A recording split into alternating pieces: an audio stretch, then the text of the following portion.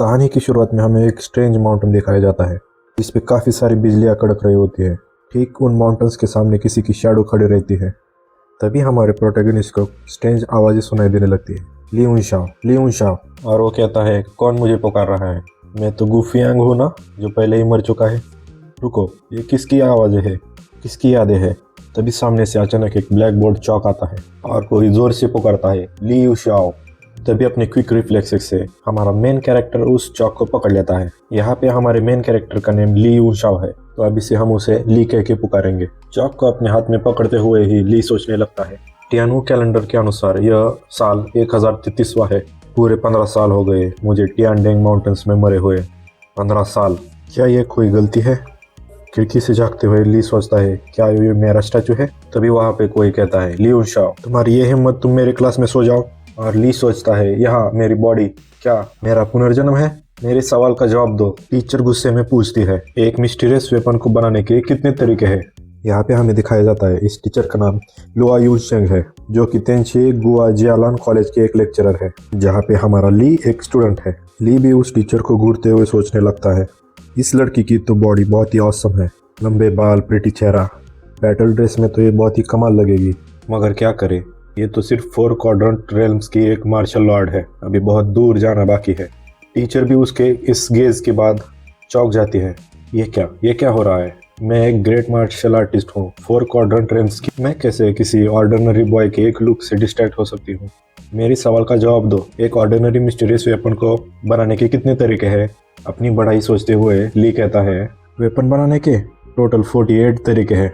अपनी कान खो जाते हुए एरोगेंटली ली कहता है।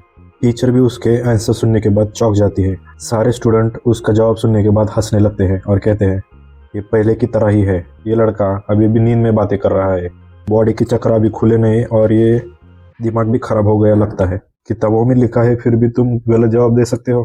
ली फैमिली के यंग मास्टर होने का सबूत है। कचरे, तुम कभी किताब पढ़ते हो कि नहीं? यांगडी की खुद किताबों के अनुसार वेपन क्राफ्टिंग के सिर्फ 36 तरीके हैं।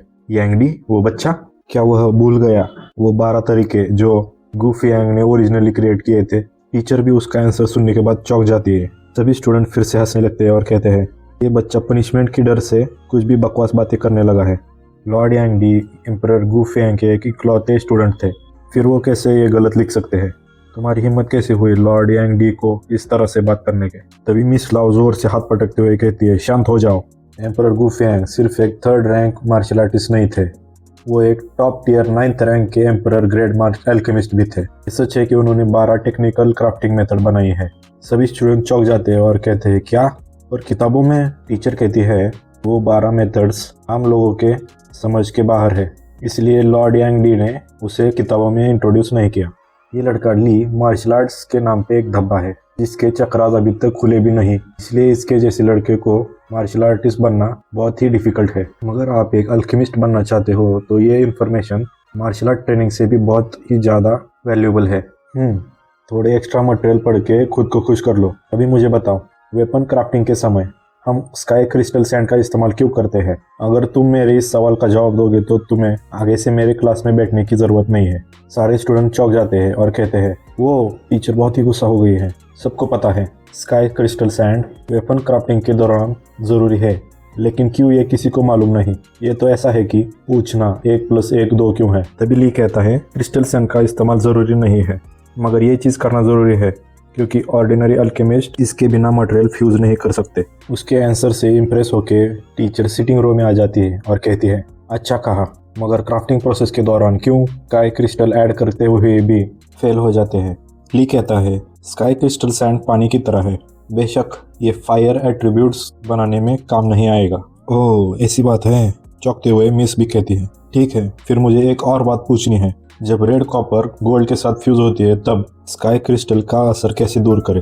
तुरंत सवाल का जवाब देते हुए ली कहता है, स्काई क्रिस्टल सैंड को एक इम्प्योरिटी की तरह ट्रीट करे और क्वेंचिंग प्रोसेस से उसे निकाल दे। मिस लुओ भी उसके आंसर से चौंक जाती है। इतनी सी बात? बेशक मैं हमेशा नाकाम होती रही हूँ, इतनी आसान सी चीज़ इसने सॉल्व कर दी। ये इसकी आंखें, क्या ऐसे सवालों के आंसर देना इसके लिए काफ़ी आसान है? ली यूनजियांग, तुम्हें अगली क्लास में बेशक आना होगा, अपनी पढ़ाई जारी रखो। ये कहते हुए मिस वहाँ से निकल जाती है। ली भी उठ के वहाँ से निकल जाने लगता है। आज से मैं इसकी क्लास में कभी नहीं आऊँगा। सारे स्टूडेंट ली को ऐसे देख के हैरान हो जाते हैं और बोलने लगते हैं, ब्रदर यून के साथ अचानक से ये आज क्या होने लगा है? क्या लिन जिहाओ एक अल्केमी जीनियस है? हे, ये तुम क्या कह रहे हो? अल्केमिस्ट बनने के लिए जो टैलेंट चाहिए वो मार्शल आर्ट से कई गुना ज़्यादा है। वो कैसे वेपन रिफाइन कर सकता है जो एक सिंगल चक्रा भी ओपन नहीं कर सकता? हे, बॉस सही कह रहे हैं, फकिंग अल्केमिस्ट जीनियस। मजाक उड़ाते हुए सारे स्टूडेंट हंसने लगते हैं। अगले सीन में हमें बाहर का सीन दिखाया जाता है। तो ये कंट्री की कैपिटल है टियान शुई। यांगडी ये पागल स्टूडेंट यहाँ का मास्टर अल्केमिस्ट है। अपने स्टैचू की ओर देखकर ली सोचता है, यांगडी ने मेरे आखिरी याद में ये स्टैचू बनाया होगा। 15 साल बाद मैं गु फेंग फिर से जन्म ले चुका हूँ इस ली यून जियाओ के शरीर में। अपने खुद के स्टैचू को देखकर थोड़ा इमोशनल हो रहा हूँ। अगले सीन में हमें अल्केमिस्ट टावर दिखाया जाता है। मुझे इस वीक बॉडी को देखकर तरस आता है। ऐसा लड़का जिसने अभी तक एक भी चक्र ओपन नहीं किया, एक नेचुरल वेस्ट है।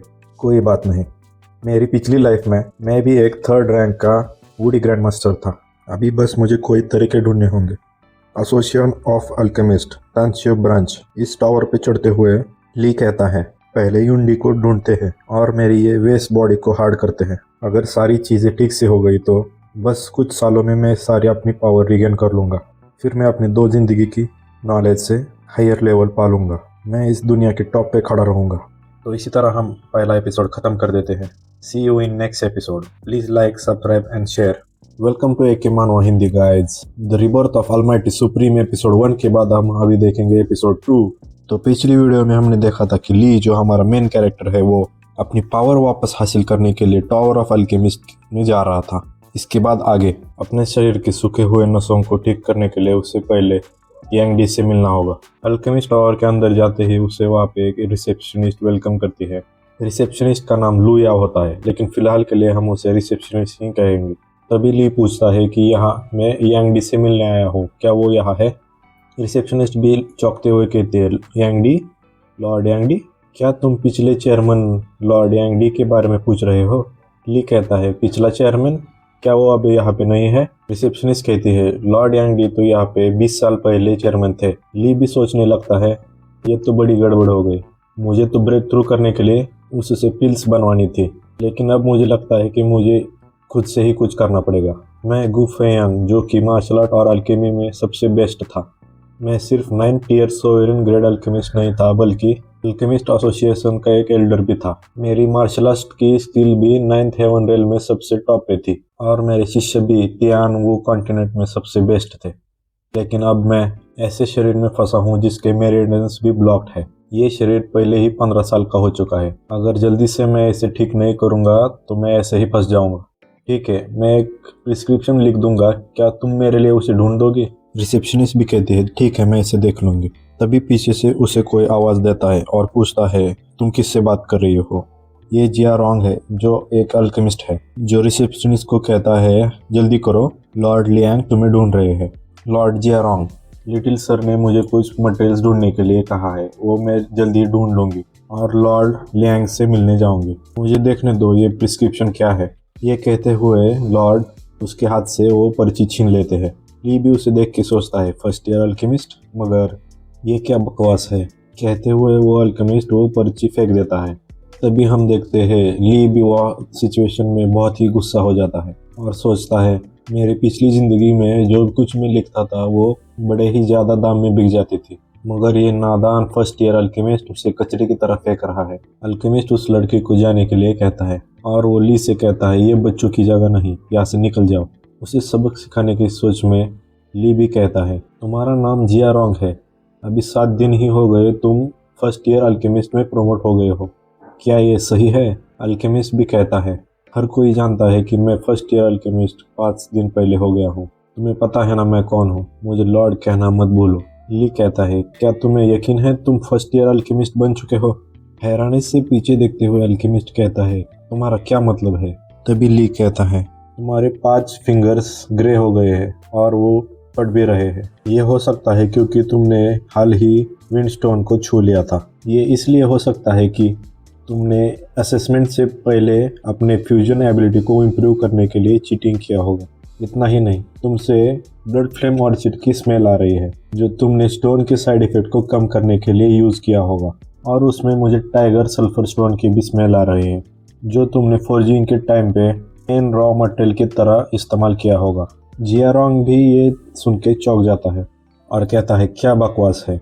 ली फिर से कहता है लेकिन तुम्हें मालूम नहीं, तुम इसके बारे में सिर्फ थोड़ा जानते हो, बल्कि ब्लड फ्लेम ऑर्चिड के साइड इफेक्ट तो विंड हेल स्टोन से भी ज़्यादा है। मुझे यकीन है तुम अपने सर, गर्दन के पीछे और पेट के पीछे बहुत ही अनकंफर्टेबल फील करते हो, वो भी हर दोपहर को। कितनी बुरी बात है, तुम्हें अपनी जान बचाने के लिए अपना राइट हैंड काटना होगा और अपना डांटियान डिस्ट्रॉय करना होगा। क्या तुम मुझे डराना बंद करोगे? ठीक है, रहने दो, मैं तो बस तुम्हें इससे छुटकारा कैसे पा सकते हैं ये सिखाने वाला था।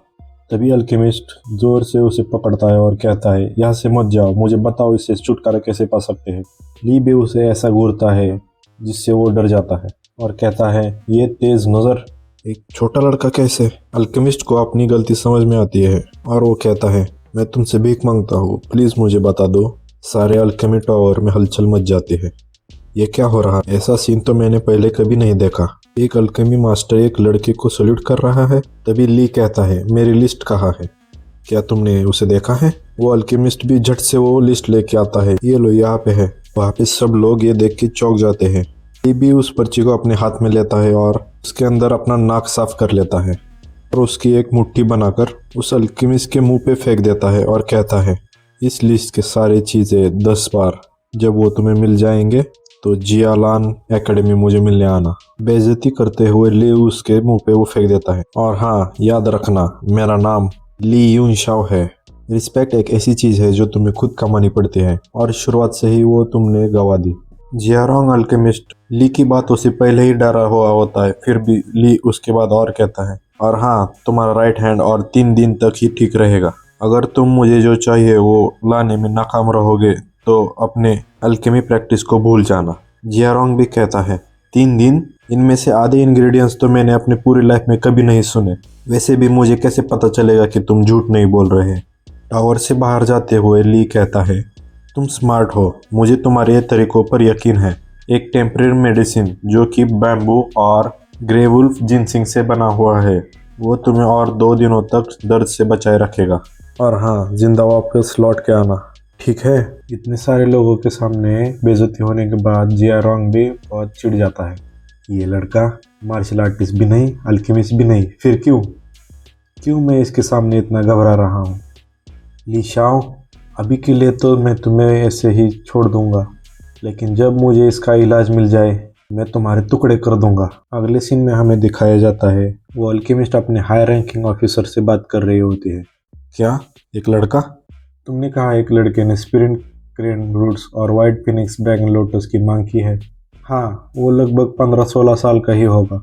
यहाँ पे हमें नया character rank 2 alchemist Liang venue दिखाया जाता है।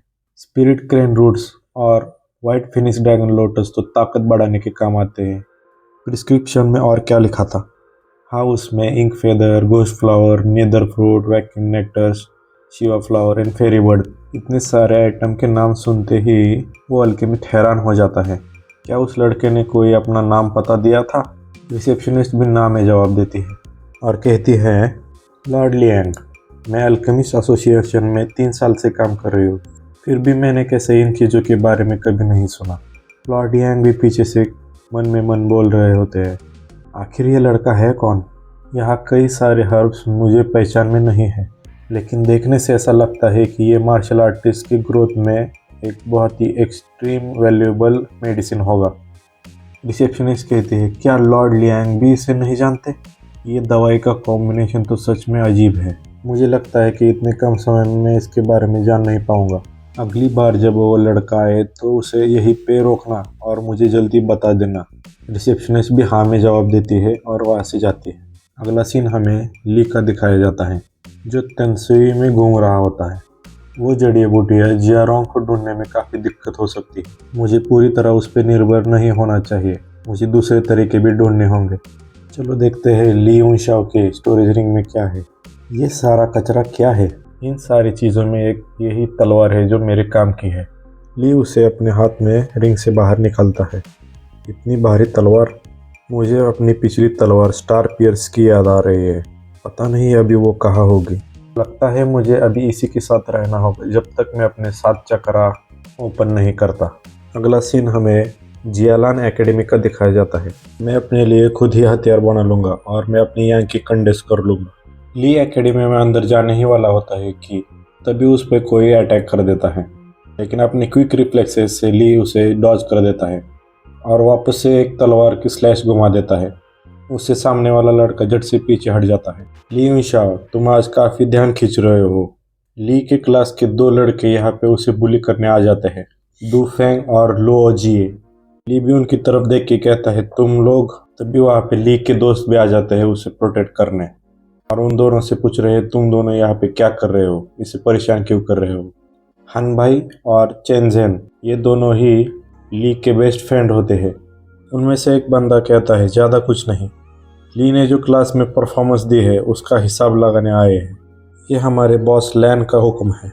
ऐसा कहते हुए डू फेंग एक पंच रेडी करता है और हमला कर देता है।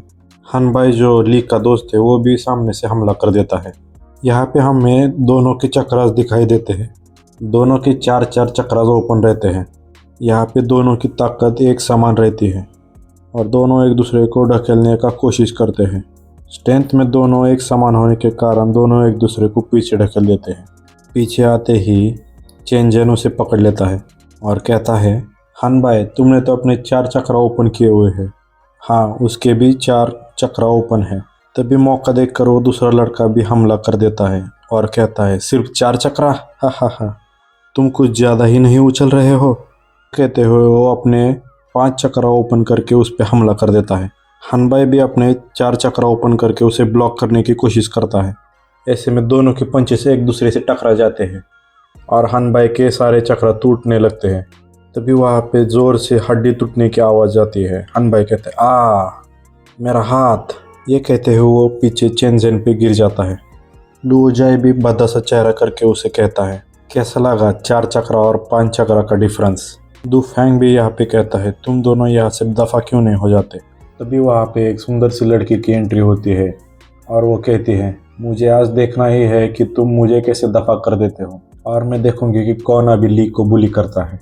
तभी यहाँ पे प्रिंसेस ऑफ तानशुई किन रुक्सी आ जाती है। प्रिंसेस को देख के ली भी सोचने लगता है प्रिंसेस ऑफ तानशुई किन रुक्सी, लगता है ये लड़का इतना भी अनपॉपुलर नहीं है जो इसके इतने दोस्त है। प्रिंसेस को वहाँ देख के दोनों भी वहाँ से जाने लगते हैं और कहता है इस बार तो तुम बच गए। तभी वहाँ पे ली बोलता है क्या तुम मेरे दोस्तों को मारने के बाद ऐसे ही यहाँ से निकल जाओगे। लू फैन भी कहता है ओह ऐसा लगता है तुम्हारे जैसे कचरे को कोई ऑब्जेक्शन है। तलवार को आगे लेते हुए ली भी कहता है ऐसा नहीं है, मुझे तो यहाँ बस बड़ा फर्क देखना है। एक लड़का जिसके 5 चक्रा ओपन है और एक लड़का जिसके कोई चक्रा ओपन नहीं, इसके बीच में। अचानक ली के ऐसे बातों से उसके सारे दोस्त चौंक जाते हैं। लो जी भी उसे सबक सिखाने के लिए आगे बढ़ने लगता है। तभी उसे दू फेंग रोक देता है और कहता है ठीक है, कैसा होगा अगर पहले 4 चक्रा में टेस्ट करेंगे। ये कहते हुए वो ली की तरफ दौड़ पड़ता है। ली के तीनों दोस्त भी घबरा जाते हैं। ली यूनशाओ भी वहाँ पे जोर से आवाज आते हैं बैम। तभी वो सारे सामने देख के चौंक जाते हैं। ली सिर्फ अपना एक पैर उठा के दू फेंग को दिन में तारे दिखा देता है और ऐसी जगह किक मारता है कि दू फेंग चीख पड़ता है। दू फेंग को सिर्फ तारे ही नहीं सारे मुर्गियाँ भी दिखने लगती हैं। दू फेंग ली की एक ही किक से जमीन पे रोने लगता है। 5 चक्रा वाला लुओ भी ली की इस हरकत से गुस्सा हो जाता है, लेकिन ली कहता है जैसा कि आप देख सकते हैं मैंने सिर्फ अपना दाहिना घुटना उठाया, मुझे क्या पता था कि वह सीधे उसी से आके टकरा जाएगा। वहाँ पे सभी बातें बनाने लगते हैं कि सभी ने देखा होता है दू फेंग तेजी से दौड़ रहा था और सीधे ली के टांग से जाके टकरा गया। वो भी गुस्से में कहता है यह बकवास है। लुओ सोचता है यह अजीब बात है, ऐसा कोई तरीका नहीं होगा कि डू फेंग सिर्फ इत्तेफाक से गिर जाए। लुओ भी गुस्से में अपनी ताकत रिलीज करके कहता है तू खुद को समझाने की कितनी भी कोशिश कर ले, तुम्हारा समय खराब होने वाला है। लुओ की ताकत रिलीज होते हुए देख सारे बातें बनाने लगते हैं और कहते हैं इस भाई का सच में एक भी चक्रा खुला नहीं है, क्या वह खुद को ज़्यादा ही नहीं समझ रहा, इतना ताकतवर कि वह असल में एक एडवांस मार्शल अप्रेंटिस है।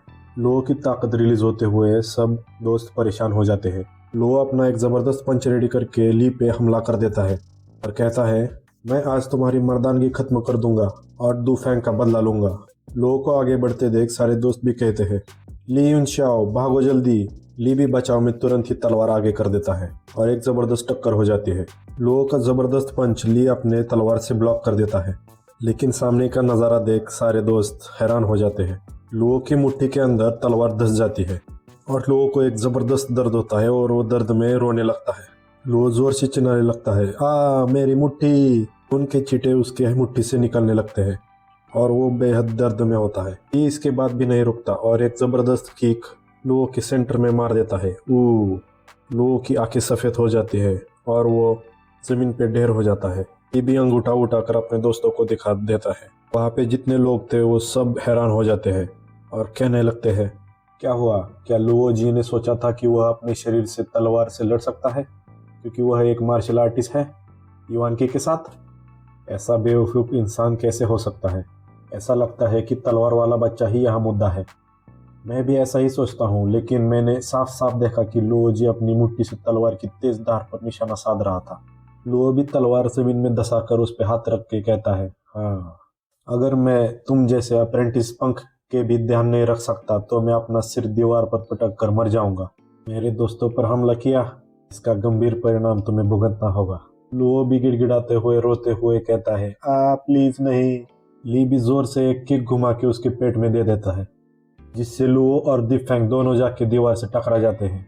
इतनी जबरदस्त टक्कर से वो दीवार तोड़ देता है और वहीं पे ढेर हो जाते हैं। लुओ भी अपने पेट में ही पेशाब कर देता है।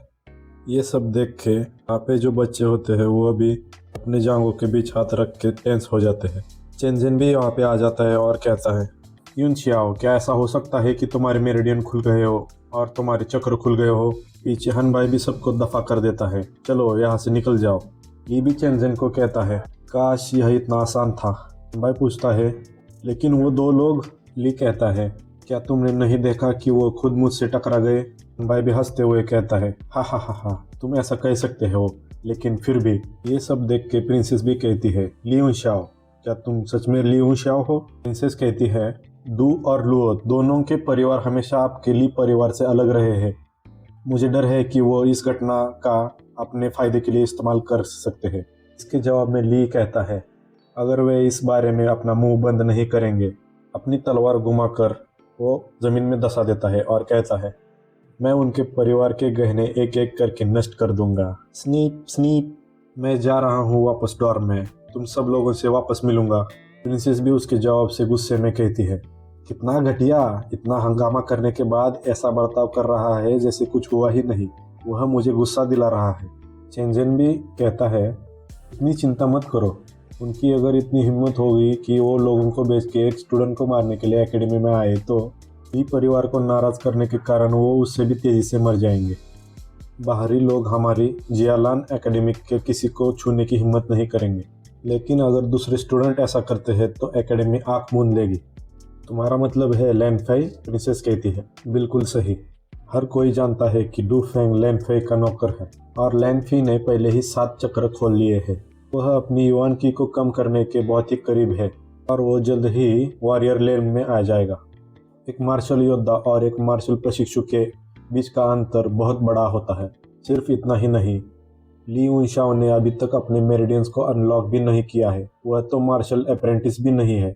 ली भी अपने डॉम में चला जाता है और कहता है, यह शरीर बहुत ही कमज़ोर है, मुझे किसी तरह से खुद को मजबूत बनाना होगा, भले ही मैं अपने मेरिडियंस को ठीक नहीं कर पाया हूँ। ली अपनी तलवार ज़मीन पे फेंक देता है और कहता है, चलो इसे कर लेते हैं, तानाशाह बॉडी टेम्परिंग तकनीक। हेवनली मार्शल वर्ल्ड ने एक बार मार्शल आर्ट कॉन्फ्रेंस आयोजित की, जहां 10 सबसे शक्तिशाली मार्शल आर्टिस्ट को टाइटल दिए गए। उन्हें टॉप 10 मार्शल सॉवरेन कहा जाता है, जो हेवनली मार्शल दुनिया में मार्शल पावर के शिखर को दिखाए जाते हैं। इन 10 योद्धा राजाओं में सबसे शक्तिशाली माना गया यह तानाशाह मार्शल सॉवरेन है, जो कि एओ चैंग कॉन्ग है, और यह तानाशाह बॉडी टेम्परिंग तकनीक तानाशाह मार्शल सॉवरेन का एक मास्टरपीस है। लेकिन मुझे यह बॉडी टेम्परिंग तकनीक संयोग से टायरेंट मार्शल से मिली, दुनिया की सबसे शक्तिशाली बॉडी टेम्परिंग तकनीक।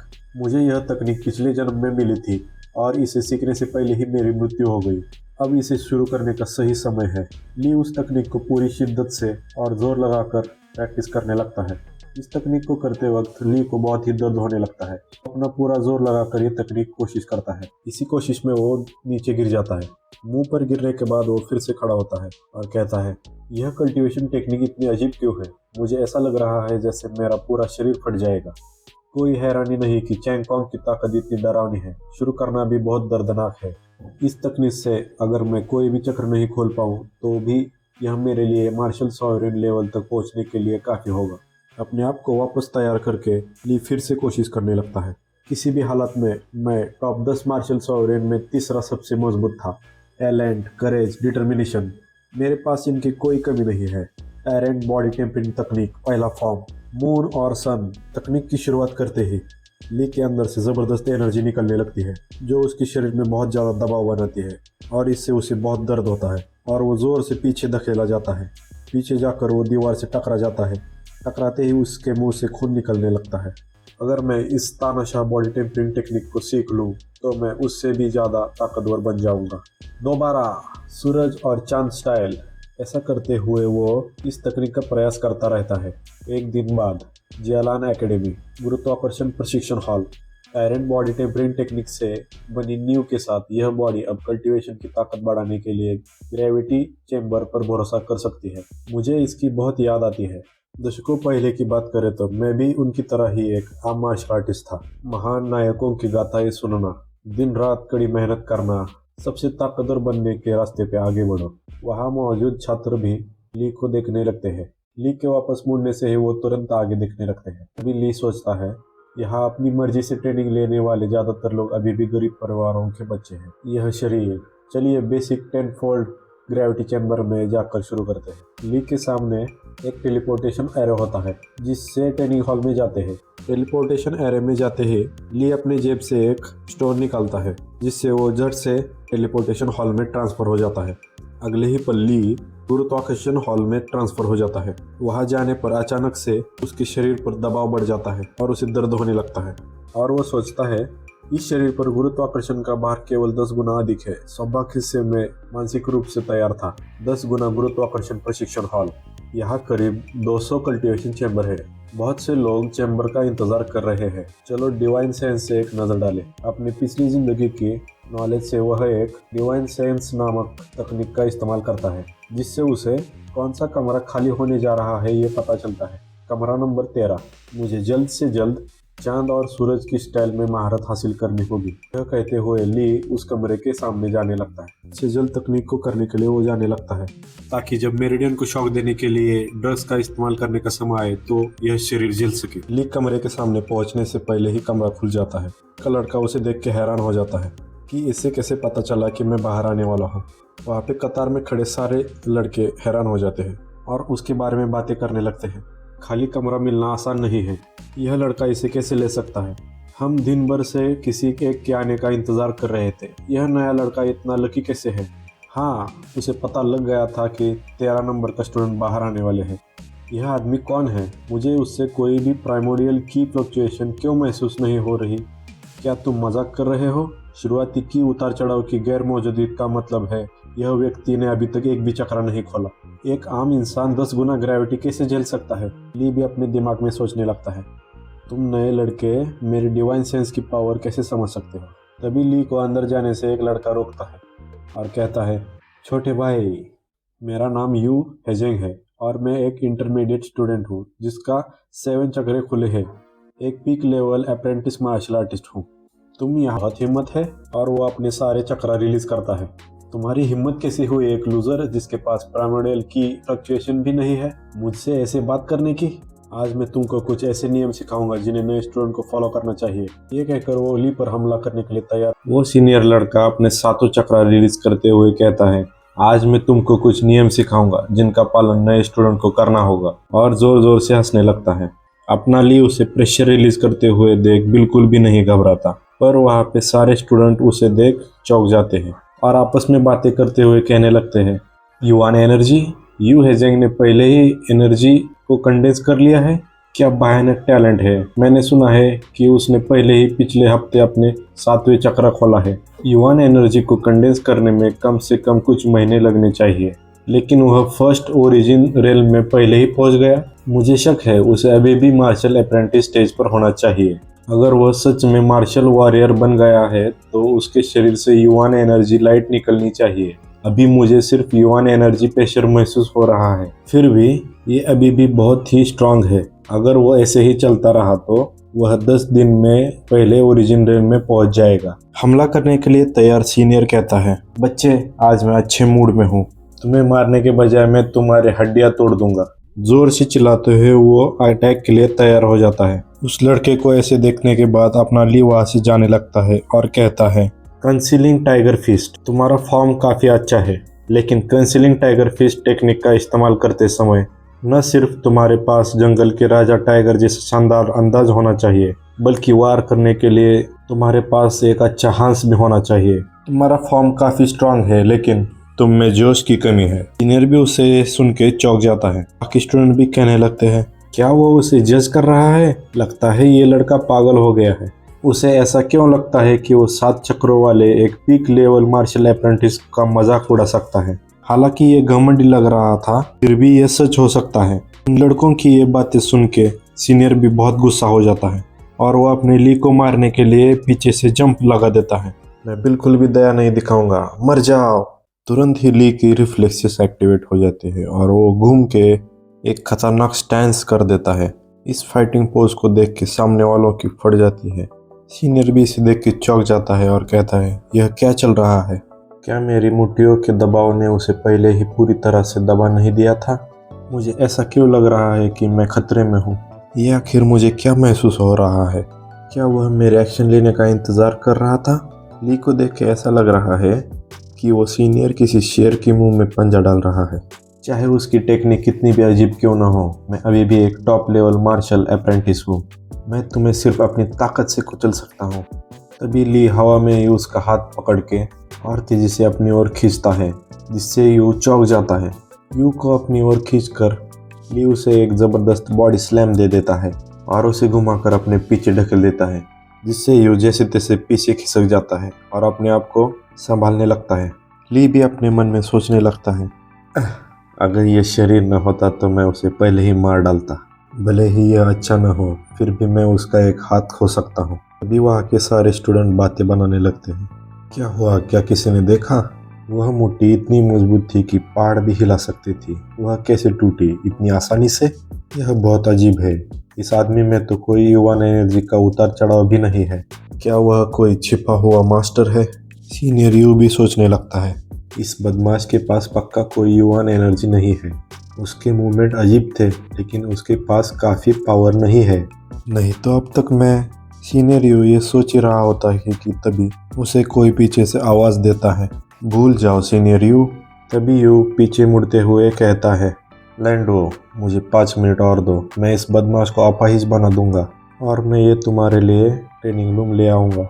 बस इसे छोड़ दो। वैसे भी कमरा पहले उसे ही मिला था। तभी उसका नाम दिखाया जाता है, लुओ लैंडो, जियालान एकेडमी से। उसे देखते ही ली भी उसे पहचान जाता है। ये तुम हो? मैंने सोचा नहीं था कि तुम अपनी टेक्निक्स की ट्रेनिंग शुरू करोगे, जबकि तुम अपने आप को मजबूत नहीं कर सकते। वह तुम्हारा मुंह काफ़ी अच्छा था, लेकिन बिना शक्ति वाली तकनीक अंत में एक फूल के समान है, किसी भी इस्तेमाल के काबिल नहीं। वैसे तुम गलत तो नहीं हो, ली जवाब में कहता है। लान भी कहती है, तुम मुझे कभी नहीं हरा पाओगे, हमारी ताकतों के बीच का अंतर और बढ़ेगा। लैंडो, क्या आप जानते हैं कि यह कौन है? ली परिवार के यंग मास्टर। अगर तुम ट्रेनिंग भी नहीं ले पाते हो तो भी तुम्हारा भविष्य अच्छा है। तुम खुद को इस सब से क्यों गुजारना चाहते हो? ली परिवार का युवा मास्टर? तो क्या वह एक बदनाम कचरा यंग मास्टर है? यह सुनते ही सारे लोग बातें करने लगते हैं। तो यह बदमाश इंसान एक बदनाम कचरा है।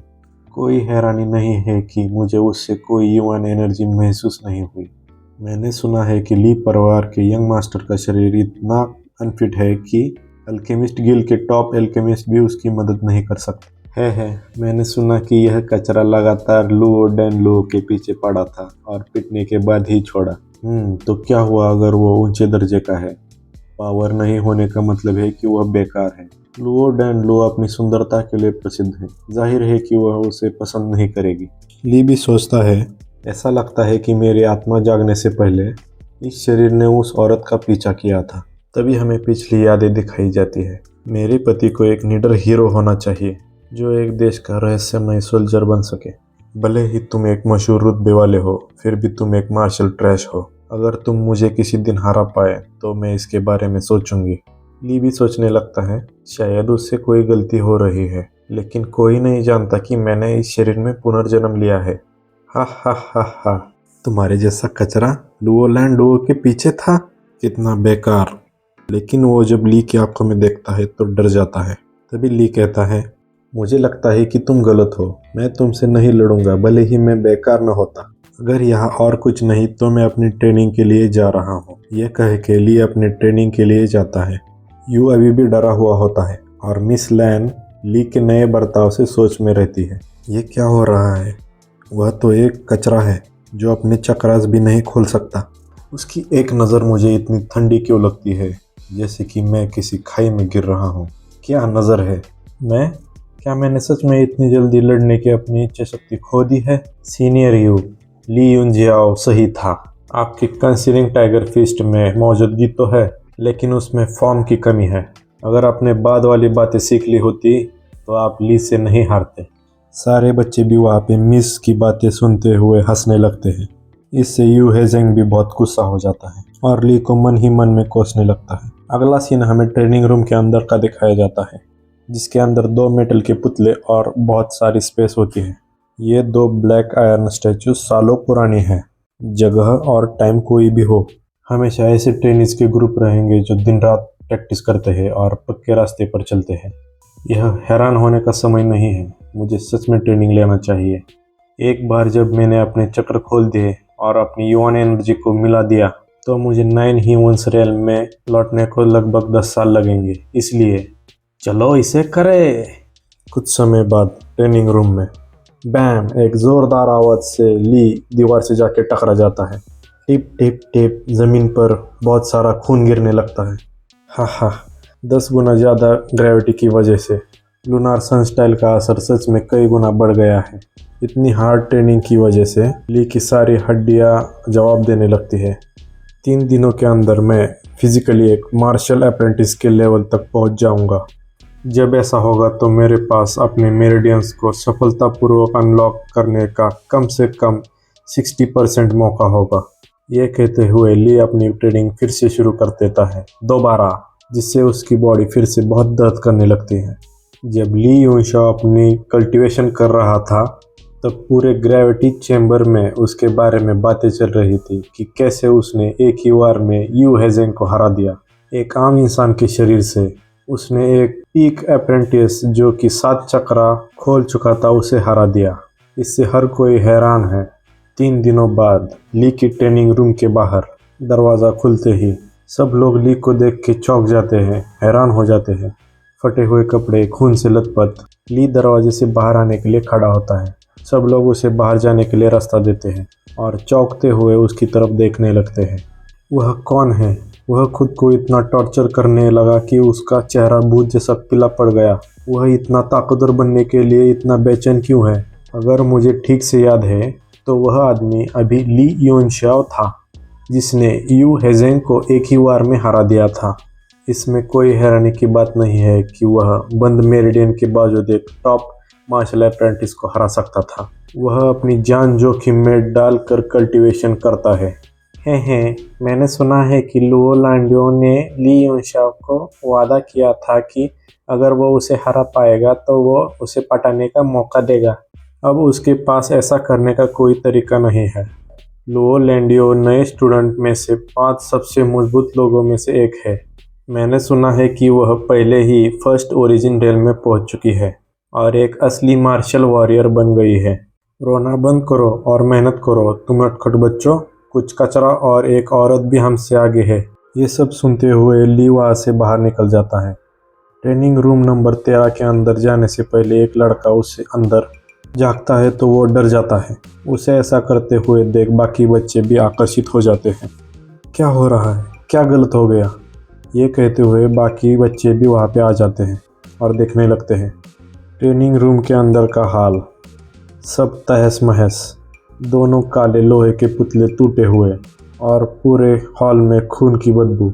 सारे बच्चे ये देख के डर जाते हैं और कहने लगते हैं, उस बदमाश ने उस काले लोहे के पत्थर को जिस पर हम सालों से प्रैक्टिस कर रहे थे टुकड़े टुकड़े कर दिया। क्या वह अभी भी इंसान है?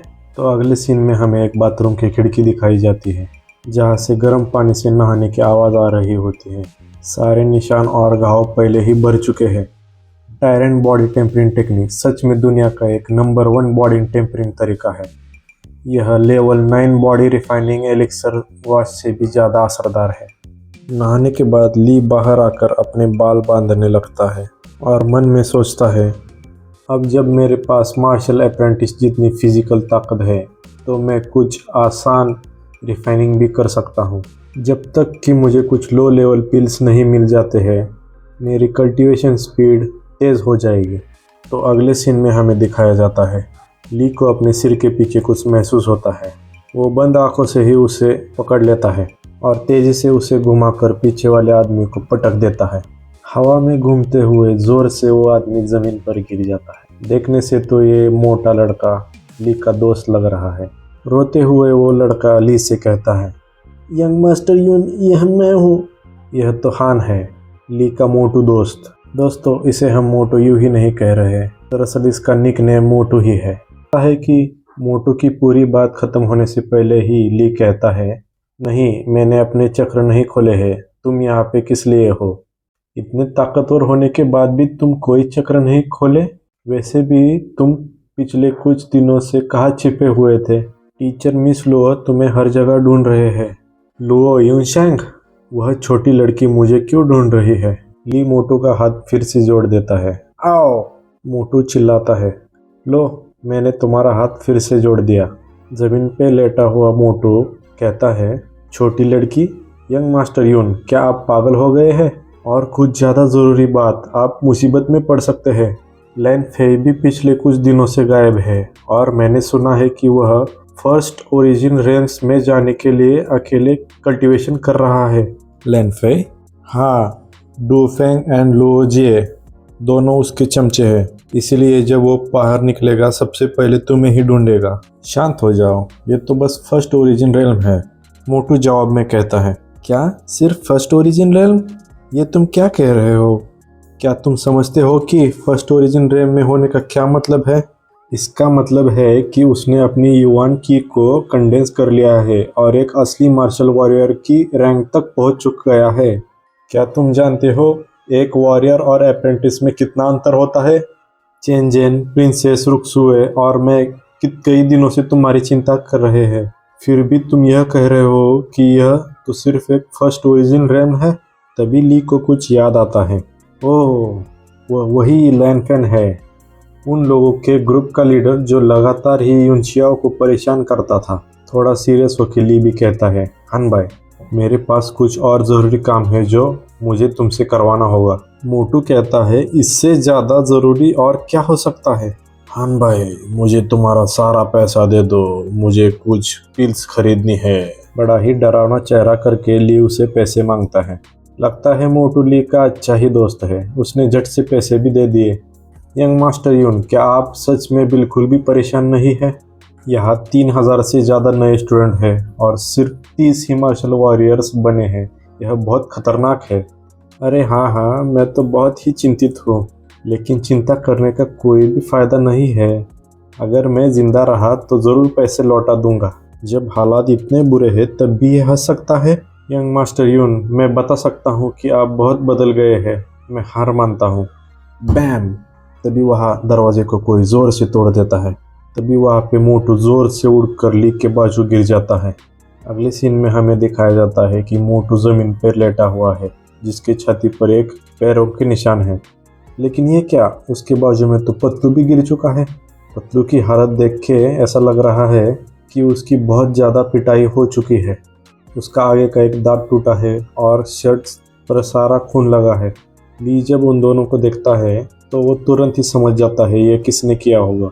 थोड़ा सा सीरियस लुक देके ली कहता है, लैन फेई, सामने के दरवाजे से कोई अंदर आता है और कहता है, तुम कचरे कमीने, ली उनशाओ, तुम्हारी हिम्मत कैसे हुई मेरे दो आदमियों को छूने की।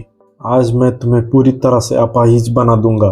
पूरी तरह से आग बबूल लैन अंदर आ जाता है। अगले सीन में हमें दिखाया जाता है लैन फेई, जो कि उन बदमाशों का बॉस है। हनबाई और ली को पीटने के बाद ली के सामने खड़ा होता है और उससे एक पर्पल कलर का ग्लो भी आ रहा होता है। दू फेंग और लुओ जिए, ये वो दो बंदे हैं जो पहले ही ली से मार खा चुके हैं। यहाँ पे हम देख सकते हैं कि उन्होंने पट्टियां कहाँ पे बांध रखी है। अपने बॉस को ऐसे देखकर वो दोनों कहते हैं, यह युवान की चमक है, एक मार्शल वॉरियर की निशानी। बॉस पहले ही एक मार्शल वॉरियर बन चुके हैं। बॉस प्लीज हमारा बदला लेना। यह तो बस पहला ओरिजिन रेल्म है, फिर भी वह इसे दिखाने के लिए हर तरफ चमक रहा है। चेंजन को हाथे में पकड़े हुए ली सोचता है, अच्छा है कोई जानलेवा चोट नहीं है। क्या तुम्हें सच में लगता है कि तुम स्पेशल हो सिर्फ इसलिए कि तुम थोड़ा चमक सकते हो? लैनफे ली की तरफ गुस्से में देखने लगता है। क्या तुम झुककर खुद ही अपनी गलती मान लोगे या मुझे तुम्हारे हाथ पैर तोड़ने होंगे? मुझे अपाहिज बना दोगे? कितना इंटरेस्टिंग है। ये कहते हुए ली चेंजेंग को जमीन पे रख देता है। ली लैनफे की तरफ चलने लगता है और कहता है, बहुत बहुत समय हो चुका है जब से मैंने ऐसा घमंडी बयान सुना है। ली के सिर्फ घूरने से ही लैनफे डर जाता है और कहता है, क्या हो रहा है? मुझे इतनी बेचैनी क्यों हो रही है? लैनफे और उसके दोनों चमचे घबरा जाते हैं। ली के ऐसे प्रेजेंस को देख लैनफे कुछ सोचने लगता है। तभी वो अपनी चमकती हुई तलवार लेके आगे बढ़ने लगता है। हैया! ये कैसा डर है? ऐसा लग रहा है कि मैं अगर इसे अभी नहीं मारूंगा तो बाद में मुझे उसे मारने को हिम्मत ही नहीं होगी। कैसे? मुझे ऐसी फीलिंग कैसे हो सकती है? यह तो बकवास है। निर्णायक और स्पष्ट अपनी तलवार आगे करके ली कहता है, बुरा नहीं है, बुरा नहीं है। तुम्हारी हिम्मत कैसे हुई मेरा मजाक उड़ाने की? या बैम! लैनफे की तलवार किसी चीज से जाके टकराती है। अगले ही पल हमें दिखाया जाता है लैनफे की इस वार से ली पीछे सरक जाता है और अपने आप को रोक लेता है। ली की तलवार पे अभी भी लैनफे की Q1 एनर्जी है। लैनफे के इतने जबरदस्त वार से भी ली को कुछ फर्क नहीं पड़ता, लेकिन उसकी तलवार पे थोड़ा क्रैक आ जाता है। वहाँ आए हुए सारे लड़के हैरान हो जाते हैं। क्या यह कचरा मेरे हमले का सामना कर सका? यह कैसे पॉसिबल है? एक मार्शल वॉरियर नहीं, अगर मैं एक मार्शल अप्रेंटिस भी होता तो भी वह मेरे 120% ताकत से किए गए हमले का सामना नहीं कर पाता। ली भी अपनी तलवार को जमीन में गाड़ते हुए हंसने लगता है। क्या इस कचरे ने अपने चक्र खोल दिए हैं? अगर ऐसा है तो मैं उसके शरीर से Q1 एनर्जी का फ्लक्चुएशन क्यों महसूस नहीं कर पा रहा? हा हा हा, यह बहुत रोमांचक है। मुझे अपनी पूरी ताकत से लड़ते हुए बहुत समय हो गया है। ताकत? हालांकि मेरी अभी की हालत थोड़ी अजीब है, लेकिन तुम्हारी तलवार की मार सच में अच्छी थी, इसलिए आ जाओ, मैं तुमको कुछ टिप्स देता हूँ। ली के मुंह से ये बातें सुनकर लैनफे भी चौंक जाता है। क्या इसे यह कुछ सलाह देगा? दांत पीसते हुए लैनफे भी कहता है, तुम फ्लोइंग क्लाउड स्लैश। लगता है लैनफे कोई जबरदस्त हमला करने वाला है। अब मैं एक असली first origin real martial warrior हूँ। मैं भी देखता हूँ कि तुम इस हमले को कैसे रोकोगे। बादल की तरह शान से बहती तलवार, यह फ्लोइंग क्लाउड स्वॉर्ड टेक्निक है। यह टेक्निक लैन परिवार में पीढ़ी दर पीढ़ी चली आ रही है। यह बच्चा पक्का मर गया। The flowing cloud sword technique, इसमें तलवार को बादल की तरह तेजी से और बिना रुकावट। इस कचरे ने तो अभी उसके चक्र भी नहीं खोले हैं। अपने थरथराते हुए हाथों को देख लैनफे सोचता है। लैनफे यह सोच ही रहा होता है कि अगले ही पल उसके मुंह पे एक जोरदार लात पड़ती है, जिससे वो दूर जाके दीवार से टकरा जाता है। उसके दो चमचे भी कहने लगते हैं, बॉस बॉस लैनफे, बॉस लैनफे, जरा बच के। तुम ये क्या कर रहे हो? तुम मुझे छूने की हिम्मत कर रहे हो? ओह, क्या मेरी हिम्मत नहीं हो सकती? मैं बहुत ही डर गया हूँ। अभी तुम्हारी तलवार का वार इतना जोरदार था कि मेरे हाथ सुन्न हो गए हैं, इसलिए मुझे डर है कि मैं इस तलवार को ठीक से पकड़ नहीं पाऊंगा। तुम्हारे पहले ही वार में मेरे हाथ शून्य हो गए हैं, इसलिए मुझे डर है कि मैं तलवार ठीक से पकड़ नहीं पाऊंगा। जैसे कि तुम देख सकते हो, मेरा हाथ काफी कांप रहा है। नहीं नहीं, वो तलवार हटाओ, अपनी कोल्ड आवाज में ली उसे कहता है। इसे हटा दूं? मैं तुम्हारे साथ अपना पिछला हिसाब बराबर करने में बहुत आलसी था, लेकिन इस बार तुमने चेंजेन हानबाई को घायल कर दिया है और मुझे मारने की भी कोशिश की। अब मुझे बताओ, क्या मुझे इसे ऐसे ही जाने देना चाहिए? अपनी तलवार को उसकी जांघों के बीच टच करते हुए उसे धमकी देता है। नहीं नहीं, प्लीज, मैं तुमसे भीख मांगता हूँ। मैं अभी एक बच्चा हूँ, मैं अपना पंछी नहीं खो सकता। मैं तुम जो कहोगे वो करूँगा, प्लीज थोड़ी दया दिखाओ। आह, वो तलवार तो मेरे भाई के करीब है, लेकिन मुझे क्यों दर्द हो रहा है? अगर तुम अपनी छोटी चिड़िया रखना चाहते हो तो मुझे कुछ पैसे दे दो। पैसा? हाँ हाँ, मेरे पास पैसा है। अपनी स्टोरेज रिंग उतारते हुए वो उसे सब दे देता है। तुम लोग घूर क्या रहे हो? अगर जीना चाहते हो तो पैसे दो। यह कहकर ली सबसे पैसे ले लेता है। कीमती पत्थर, जवाहरात, पैसे, पोशंस, सारी चमकदार चीज़ें इकट्ठा कर दी जाती हैं। तभी लैन फेई कहता है, क्या हम जा सकते हैं? ली की नज़र लैन फेई के कमर पे बंधे पत्थर पर पड़ जाती है। वाह, ये कौन सी चीज़ है? ये कहते हुए ली अपनी तलवार से उस चीज़ को लैन फेई की कमर से निकाल लेता है। यह जेड पेंडेंट बहुत ही अच्छा है, मैं इसे ले लूँगा। नहीं, मैं तुम्हें कुछ भी दे सकता हूँ, बस ये जेड पेंडेंट नहीं। लैन फेई ली के सामने गिड़गिड़ाने लगता है। ली भी गुस्से वाली नज़र से उसे एक बार देखता है। लैन फैमिली प्रोटेक्शन जेड पेंडेंट पीढ़ी दर पीढ़ी चली आ रही है। ये सिर्फ 5 है और इन्हें लैन फैमिली के खास सदस्य ही पहनते हैं। ली भी थोड़ी देर सोचता है और कहता है, तुम्हारे अंडरलिंग के पास मुझे देने के लिए मुश्किल से ही कुछ था। मैं तुम्हारे जेड पेंडेंट को वापस दे सकता हूँ, लेकिन उन सभी को उन दोनों जैसा बना दूंगा। या फिर मुझे जेड पेंडेंट दे दो, मैं सभी को छोड़ दूंगा।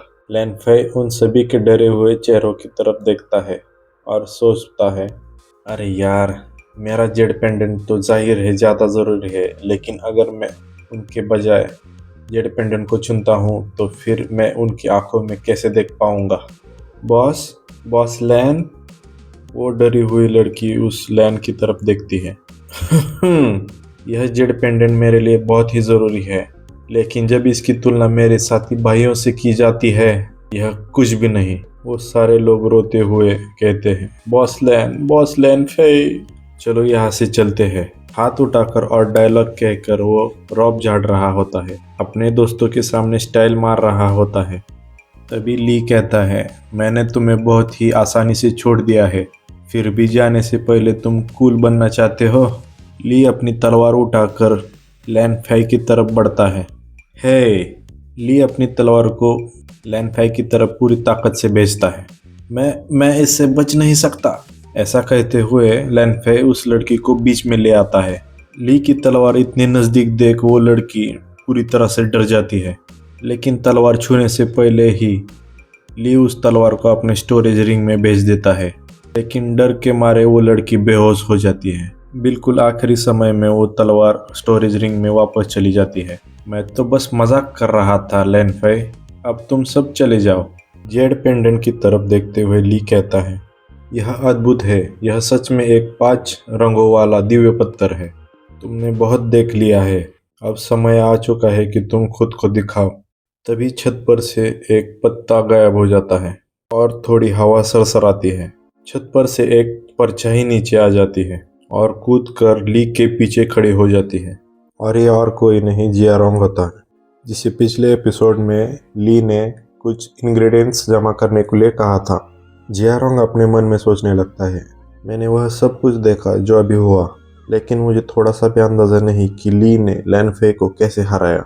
शुरुआत में मेरा प्लान ये था कि चुपके से अंदर घुसूं और ली को पकड़ लूं और उससे ज़बरदस्ती डिटॉक्सिफिकेशन मेथड पता कर लूं। किसी भी हालत में मेरी कल्टीवेशन एक मिड टायर वॉरियर के बराबर है, जो कि लैन फेई से निपटने के लिए काफ़ी थी। तभी ली कहता है, क्या तुमको देखने में मज़ा आया? क्या तुमको वो सब मिल गया जो मैं चाहता था? लेकिन अब मुझे इस आदमी को हराने में ज़रा भी भरोसा नहीं है। ये आखिर क्या हो रहा है? मैंने सिर्फ 6 बैच इकट्ठा किए हैं, इनमें से कुछ जड़ी बूटियाँ मिलना बहुत मुश्किल है। मैंने पूरे अल्केमिस्ट एसोसिएशन में ढूंढा, लेकिन सिर्फ 6 बैच के लिए काफ़ी मिला। ली भी कहता है, 6 ठीक है, लेकिन किसी भी चीज़ से पहले उन दोनों को ठीक करो। जवाब में जियारोंग कहता है, क्या तुम मुझे क्या समझते हो?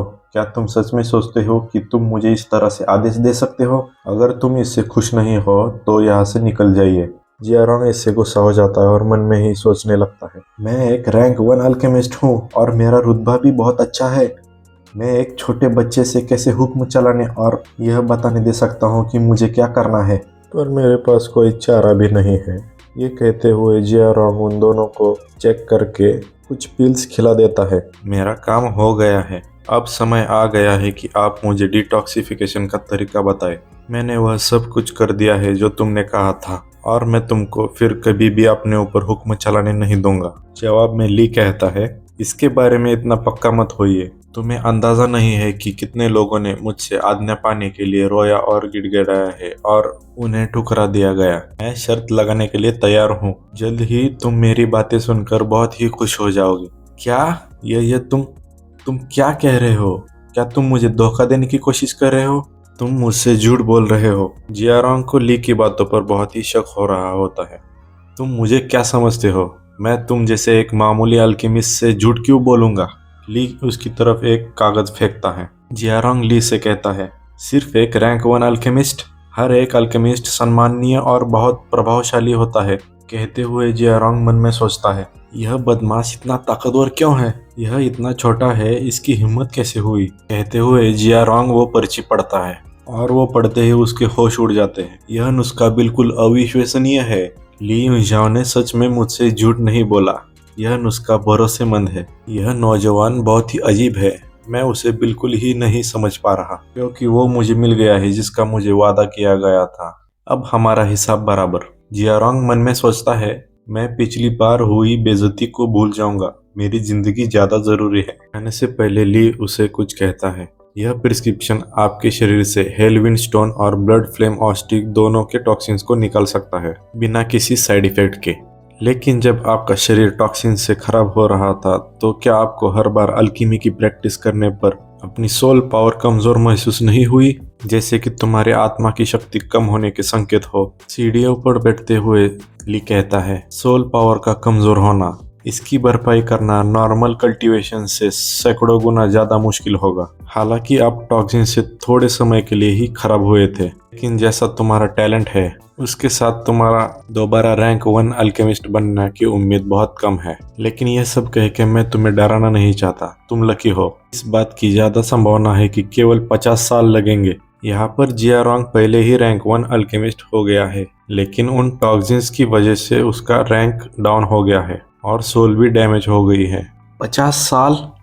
अगर मैं अनलकी रहा तो मुझे अपनी पूरी जिंदगी अप्रेंटिस बन के रहना पड़ेगा। जियारॉन्ग डर जाता है और पूछता है, यह सब कहने का तुम्हारा क्या मतलब है? मैं इतना मतलबी नहीं हूँ, लेकिन मुझे एक तरीका पता है जिससे तुम सिर्फ 50 दिनों में रैंक 1 अल्केमिस्ट बन सकते हो। ये सुनकर जियारॉन्ग दौड़ते हुए ली के पास आता है और कहता है, सिर्फ 50 दिन? ये कैसे पॉसिबल है? तुम जरूर झूठ बोल रहे हो। अगर मेरी सोल पावर कम नहीं भी हुई तो भी मैं 50 दिनों के अंदर रैंक 1 अल्केमिस्ट की रैंक तक नहीं पहुंच पाऊंगा। नहीं तो मैं रिस्क लेकर हेलविंड स्टोन का इस्तेमाल क्यों करता? तुम मुझे बेवकूफ नहीं बना सकते। तुम खुद को आखिर समझते क्या हो? क्या तुम्हें लगता है कि तुमको उल्लू बनाने के लिए मेरे पास इतना समय है? ली की बातें सुनकर जियारॉन्ग डर जाता है और सोच में पड़ जाता है। ली युनझाओ के शब्द बहुत ही शक वाले हैं, लेकिन एक अल्केमिस्ट बनना मेरे लिए बहुत बड़ा लालच है। मैं इसे कैसे छोड़ सकता हूँ? माफ करना, अभी मैं थोड़ा हैरान हो गया था। क्या आपके पास सच में कोई ऐसा तरीका है जिससे मैं 50 दिनों के अंदर अपनी सोल पावर वापस पा सकता हूँ?